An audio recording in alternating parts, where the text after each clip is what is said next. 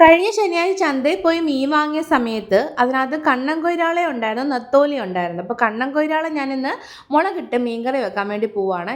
ഒരു ചട്ടി അടുപ്പിൽ വെച്ച് വെളിച്ചെണ്ണ ഒഴിച്ച് കടുക് ഉലുവയും പൊട്ടിച്ച് ഇഞ്ചിയും വെളുത്തുള്ളിയും ചതച്ചത് നല്ലതുപോലെ മൂപ്പിച്ചിട്ടിട്ട് കൊച്ചുള്ളി ചതച്ചത് മൂപ്പിക്കുക.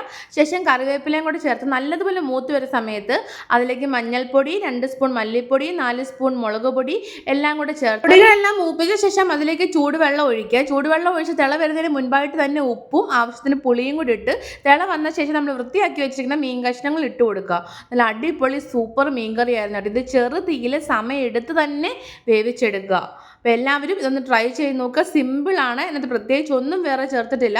പിന്നെ ഗ്യാസും കാര്യങ്ങളും ഉള്ളവരൊക്കെ കുറച്ച് കായോ ചേർത്ത് കൊടുക്കുക. കറി നല്ലതുപോലെ വെന്ത് വരുമ്പോൾ കുറച്ച് പച്ച വെളിച്ചെണ്ണയും കറിവേപ്പിലയും കൂടെ താളിച്ചെടുത്ത് കറി വാങ്ങുക. ഇത് അന്നേരം കൂടുന്നതിനേക്കാളും നല്ല അടുത്ത ദിവസം കൂട്ടുന്നതാണ്. എല്ലാവർക്കും വീഡിയോ ഇഷ്ടമായെങ്കിൽ ലൈക്ക്, ഷെയർ, സബ്സ്ക്രൈബ് ചെയ്യുക. അടുത്ത വീഡിയോയുമായി കാണുന്നവരെ ബൈ.